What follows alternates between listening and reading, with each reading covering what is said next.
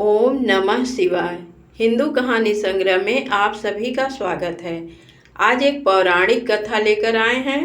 जब सती अनसुईया के तप से त्रिदेव बन गए शिशु। अत्रि ऋषि की पत्नी और सती अनसुईया की कथा से अधिकांश धर्मालु परिचित हैं। उनकी पति भक्ति की लोक प्रचलित और पौराणिक कथा, जिसमें त्रिदेव ने उनकी परीक्षा लेने की सोची और बन गए नन्हे शिशु। एक बार नारद जी विचरण कर रहे थे, तब तीनों देवियां माँ लक्ष्मी, माँ सरस्वती और माँ पार्वती को परस्पर विमर्श करते देखा। तीनों देवियां अपने सतीत्व और पतिव्रता की चर्चा कर रही थी। नारद जी उनके पास पहुंचे और उन्हें अत्रि महामुनि की पत्नी अनसुईया के असाधारण पातिव्रत्य के बारे में बताया। नारद जी बोले, उनके समान पवित्र और पतिव्रता तीनों लोकों में नहीं है। तीनों देवियों को मन में अनसुईया के प्रति ईर्ष्या होने लगी। तीनों देवियों ने सती अनसुईया के पातिव्रत्य को खंडित के लिए अपने पतियों को कहा। तीनों ने उन्हें बहुत समझाया, पर वे राजी नहीं हुई। इस विशेष आग्रह पर ब्रह्मा, विष्णु और महेश ने सती अनसुईया के सतीत्व और ब्रह्म शक्ति परखने की सोची। जब अत्रि ऋषि आश्रम से कहीं बाहर गए थे, तब ब्रह्मा, विष्णु और महेश तीनों ने यतियों का वेश धारण किया और अत्रि ऋषि के आश्रम में पहुंचे तथा भिक्षा मांगने लगे। अतिथि सत्कार की परंपरा के चलते सती अनसुईया ने त्रिमूर्तियों का उचित रूप से स्वागत कर उन्हें खाने के लिए निमंत्रित किया। लेकिन यतियों के वेश में त्रिमूर्तियों ने एक स्वर में कहा, हे साध्वी, हमारा एक नियम है कि जब तुम निर्वस्त्र होकर भोजन परोसोगी तभी हम भोजन करेंगे। अनसुईया असमंजस में पड़ गईं कि इससे तो उनके पातिव्रत्य के खंडित होने का संकट है। उन्होंने मन ही मन ऋषि अत्रि का स्मरण किया।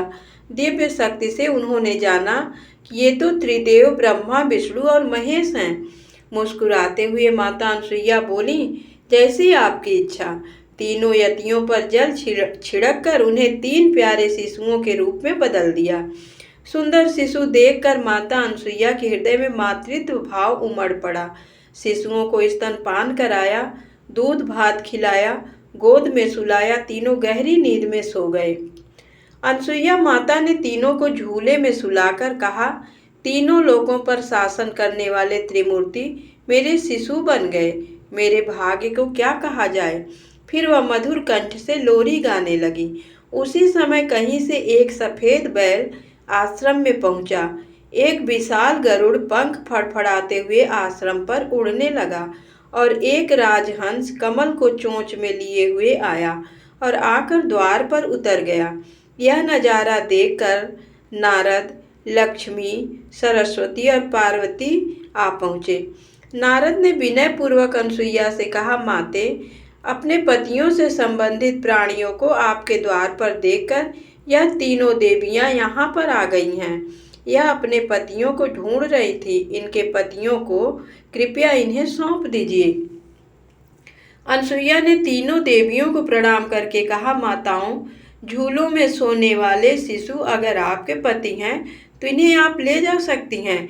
लेकिन जब तीनों देवियों ने तीनों शिशुओं को देखा तो एक समान लगने वाले तीनों शिशु गहरी निद्रा में सो रहे थे। इस पर लक्ष्मी, सरस्वती और पार्वती जी भ्रमित होने लगी। नारद जी ने उनकी स्थिति जानकर उनसे पूछा, आप क्या अपने पति को पहचान नहीं सकती? जल्दी से अपने अपने पति को गोद में उठा लीजिए। देवियों ने जल्दी से एक एक शिशु को उठा लिया। वे शिशु एक साथ त्रिमूर्तियों के रूप में खड़े हो गए। तब उन्हें मालूम हुआ कि सरस्वती ने शिव जी को, लक्ष्मी जी ने ब्रह्मा जी को और पार्वती जी ने विष्णु जी को उठा लिया है। तीनों देवियां शर्मिंदा होकर दूर जा खड़ी हो गईं। तीनों देवियों ने माता अनसुईया से क्षमा याचना की और यह सच भी बताया कि उन्होंने ही परीक्षा लेने के लिए अपने पतियों को बाध्य किया था। फिर प्रार्थना की कि उनके पति को पुनः अपने स्वरूप में ले आएं। माता अनसुईया ने त्रिदेवों को उनका रूप प्रदान किया। तीनों देव सती अनसुईया से प्रसन्न हो बोले, देवी वरदान मांगो। त्रिदेव की बात सुन अनसुईया बोली, प्रभु, आप तीनों मेरी कोख से जन्म लें, ये वरदान चाहिए, अन्यथा नहीं। तभी से वह माँ सती अनसुईया के नाम से प्रख्यात हुई तथा कालांतर में भगवान दत्तात्रेय रूप में भगवान विष्णु का, चंद्रमा के रूप में ब्रह्मा का तथा दुर्वासा के रूप में भगवान शिव का जन्म माता अनसुईया के गर्भ से हुआ। ममांतर से ब्रह्मा के अंश से चंद्र, विष्णु के अंश से दत्त तथा शिव के अंश से दुर्वासा का जन्म हुआ।